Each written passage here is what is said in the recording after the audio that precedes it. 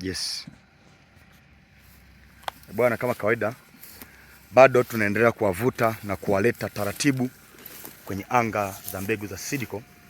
Hii hapa ni pundamilia namba 555 mkoani Iringa, wilaya ya Mafinga. Hapa ni mazingira fulani hivi kijijini hivi kuelekea Igoma. Pundamilia 555 imekubali. Tafadhali sana mkulima, usihangaike sana kutafuta mbegu.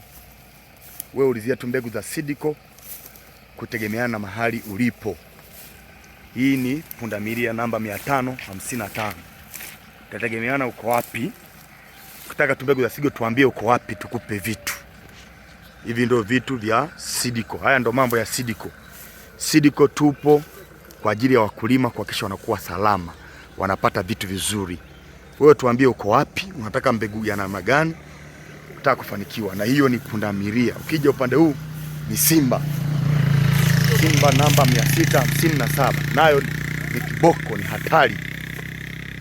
Kwa hiyo wewe wazo lako tu moja, unataka nini? Unataka mbegu za Seedco au unataka kitu gani? Utazipata, tunazo za kutosha. Bwana, ni hatari sana. Haya mambo yanapatikana Seedco tu.